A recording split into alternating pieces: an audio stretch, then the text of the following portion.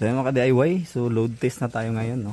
Try natin to i-load test kasi nandito yung nung signal generator natin na mumurahin. So ayan, naka-load yan, nakadami load. So first attempt natin is, ayan, 4 ohms muna tayo. Ayan, naka 4 ohms, 4 ohm load, first test. Tara mga ka-DIY, try natin. Or on. Ayan. Load test, 4 ohm load. Oops. Run natin to.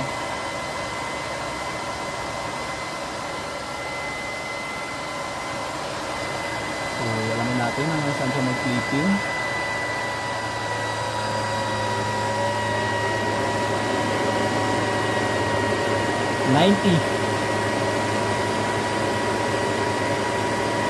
Ayan, wala siyang clipping sa 90 VRMS with 4 ohm load.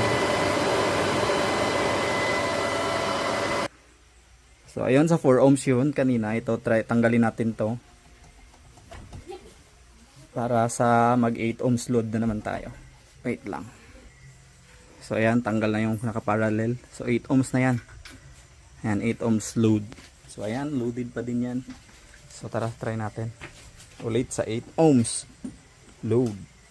Or on ulit natin para sure. Ayan mga ka-DIY, 8 ohms load.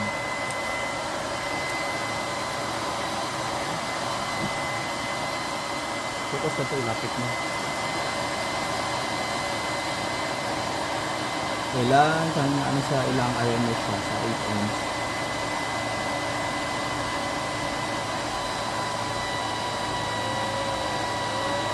$108.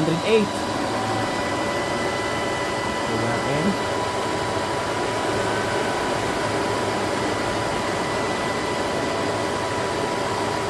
Yan. 108 before eating. And 8 ohms load. So computein natin no ang 8 ohms.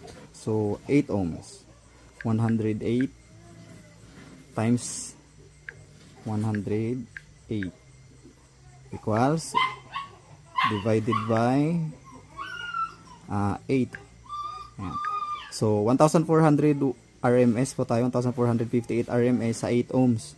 So sa 4 ohms naman is 90 times 90 divided by 4. Ayan, meron tayong 2,025 watts RMS per channel. So 4 channel po yung amplifier natin mga ka-DIY. Pwede na po yan para sa D12 ko lang naman gamitin. D12 na 1,200 watts. So ayun. Thank you for watching. Babush!